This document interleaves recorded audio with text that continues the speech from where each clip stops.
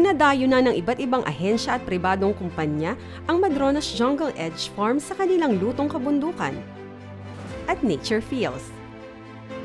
Yung ating na-feature nung una na Blue Antala, ngayon naman po ay may bago kaming version ng Antala na nagustuhan nila. Ngayon po meron na tayong itong tiny house, tapos meron tayong medium cabin tsaka big cabins. Sa pagkain naman po, pagka naka 25 persons po, libre yung lechon natin.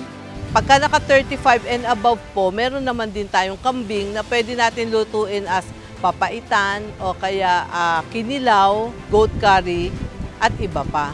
Ngayon din po ang ating malunggay stevia coffee na nagustuhan po ng halos karamihan na nagiging bisita. Binibigyan po namin sila ng jar na pwede nilang unli coffee.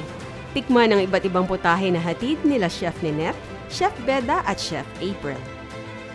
Sa nakita namin sa kanilang Facebook account o Facebook page, ang maganda nilang mga unique na place, na nature, at saka ang pagkain nila parang authentic, kakaiba.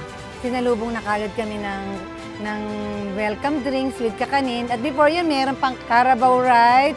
Maraming salamat, Madronas Jungle Edge Farm! Yay! Mula po sa RH7, Malolos. Maraming salamat po.